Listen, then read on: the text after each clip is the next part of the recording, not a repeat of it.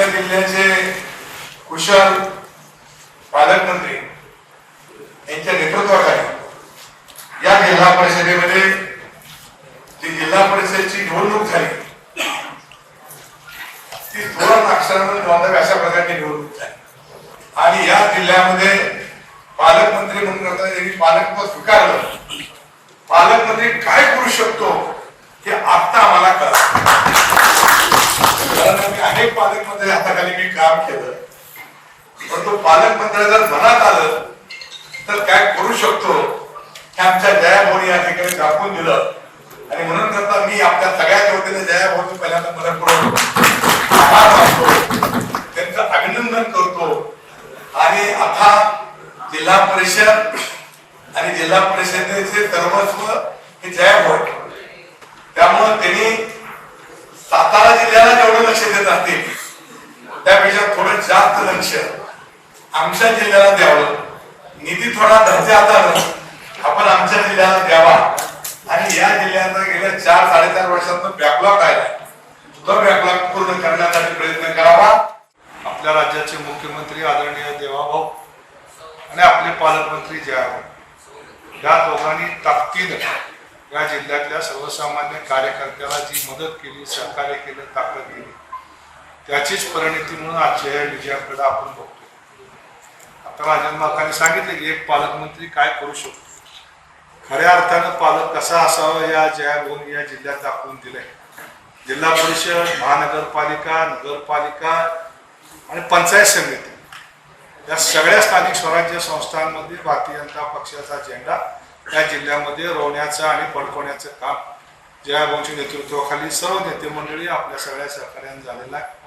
तुम्ही सुदैव आहेत सगळे सदस्य, कारण पालकमंत्री जरी असले तरी ग्रामविकास मंत्री तेच आहे. त्यामुळं जिल्हा परिषदेकरता लागणारा जो निधी आहे ते देणारं मंत्रालय सुद्धा तुमच्यापाशी. त्यामुळे आता तुम्हाला कुणालाही कुणाच्या कुबडीची गरज नाही. तुम्ही भारतीय जनता पक्षाच्या चिन्हावरती निवडून आल्या असल्यामुळे जयाभाऊंनी शब्द दिला की जेवढा निधी आमदारांना मिळतोय त्याच्यापेक्षा 1 कोटी रुपये निधी जलशयाला जास्त देणार. मला खात्री आहे की जयाभाऊ जी बोलतात ते करून दाखवतात. सगळ्यांनी अनुभव.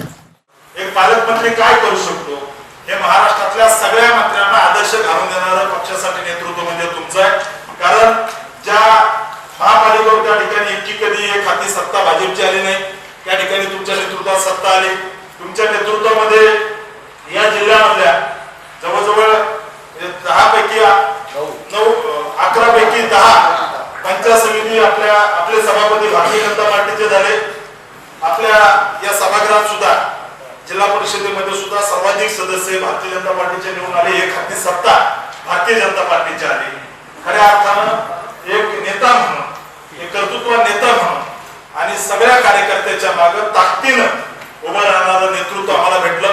मला आठवतंय ज्या दिवशी भाऊ तुम्ही पालकमंत्री झाले त्याच्या काही दिवसानंतर काही लोकांनी बाहेरचे पालकमंत्री किंवा अशा पद्धतीने एक चर्चा करण्याचा प्रयत्न केला, परंतु एक कर्तृत्वान नेता कुठेही गेला तर तो त्याचं नेतृत्व सिद्ध करू शकतो.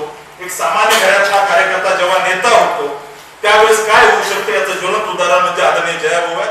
1 वर्ष व्हायचं आणखी मलाही बार्शीमध्ये भाऊ आले. पालकमंत्री झाल्यानंतर मी थोडा शांत बसलो होतो आणि भाऊनी मला प्रेरणा देत राहिले, भाऊ असं शांत बसून चालणार नाही. मला त्या दिवशीपासून मी अत्यंत जोमाने कामाला लागलो.